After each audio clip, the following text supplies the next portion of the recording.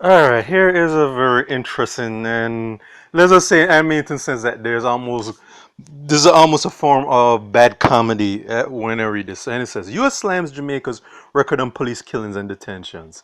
Yeah, from the moment I read the title, you can already smell the double standards that the U.S. are obviously espousing. The U.S. administration says deeply concerned about the high rates of killings in Jamaica, highlighting the murder of women, even as it bemoans the insufficient response by the government to end the violence and hold perpetrators responsible. I tried hard not to laugh when I read that one part. There's crime statistics released by police show that as of November 7 this year, 1,097 Jamaicans had been killed. This represents a 2.9% decline over the 1,130 people murdered for the similar period in 2019.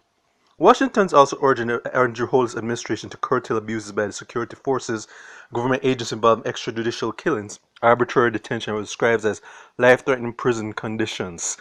I'm really trying hard not to really laugh on the contradiction right here. Quote to quote, while they commend the efforts thus far to remedy the life-threatening conditions of Jamaica's prisons and detention centers, the government must continue to improve conditions and protect the human rights of those detained, a U.S. official told a U.S. United Nations body yesterday. At the same time, the Canadian government has recommended its Jamaican counterpart amend the Income Act in line with recommendations of the Joint Select Committee of Parliament in 2015 to give the oversight body the legislative capacity to arrest, charge, and prosecute members of the security forces with unlawful killings and abuse of power. All right. This issues from a litany of recommendations or comments made yesterday as Jamaica's human rights record was extensively examined by the UN Human Rights Council's Universal Periodic Review. And that stands in UPR's acronym that they're throwing out. Working group during a webcast on Wednesday. Quote unquote, end abuses by security forces and other government killing agents involved in extrajudicial killings, arbitrary detention, and life threatening prison conditions, and ensure swift accountability for those who commit abuse by implementing existing mechanisms to investigate and punish abuse and clearing administration backlogs, you stated. Oh God, you're so full of shit right there. I'm so sorry. This is hard to read this article without wanting to just gag right there.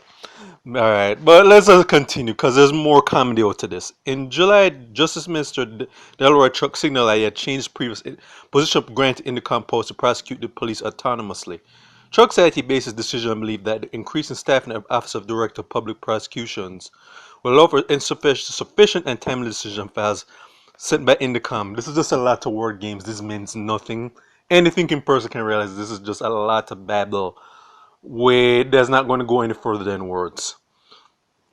Alright, so alright, and also we go on and talks about some other stuff that's just more blah blah blah. It's just Jamaica, much like the US counterparts, is just doing a lot of doing a lot of fancy jargon, which just basically means that we're just going to sound like we're going to do nothing, but we're not.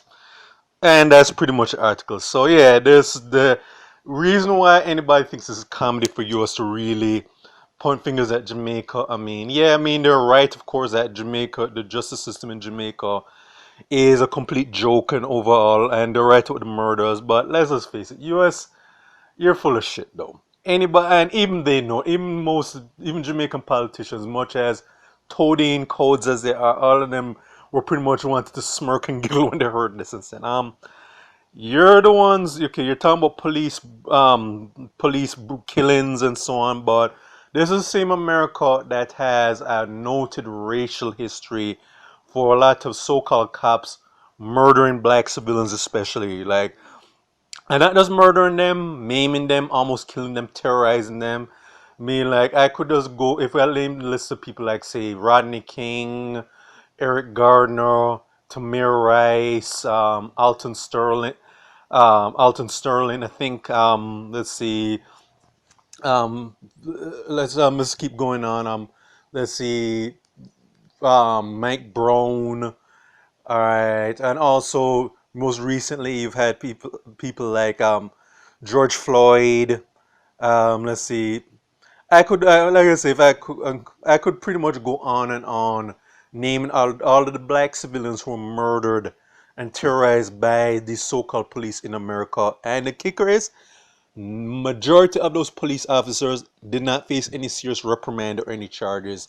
Like a lot of those cops that I mentioned, these are people walking free as a jail, free as a bird, no consequences being paid whatsoever, and the fun and it's and yet US wants to talk to Jamaica about how bad the police are in Jamaica. Yeah, are there criticisms to be said about the police here in Jamaica? Yeah, most people have criticism of Jamaican police officers, the police force. But like I said, like US, like I said, like it just basically as I said that this just reads like something from a Saturday Night Live skit right here with the US really pointing fingers and saying you see you little nigger colony right here, you need to get your act together. I mean, never mind the fact that a lot of the reasons why these places in the Caribbean are fucked up in so many ways because of policies by the U.S. and their predecessors in Europe. I mean, they're not going to mention all of those sanctions, those policies, and all these embargoes and so on. When that the people at the U.S. and Europe have implemented in Jamaica. Cause bear in mind, if Jamaica was to clean up its act from top to bottom, then U.S. as well as their partners in crime over in UK especially are going to be doing more finger wagging because hey, you're not acting like a little nigger colony anymore. So this is pretty much all I said. Like it just it's so off-putting that of the hypocritical arrogance that the US has though. It's like if you really want to point fingers, everyone clean up your own backyard first. I mean, if you're not going to punish these police, a lot of these race soldiers within these police department, law enforcement, don't yeah, you really don't should be pointing fingers at Jamaica. Yeah, I mean like they're telling the obvious truth, but again, like I said, like don't throw stones from that glass house, please. So this is for State of Jamaica and the Caribbean. Check out my YouTube pages, Miles Gusson Farron, Miles Productions, and Real Thoughts of Miles. All right.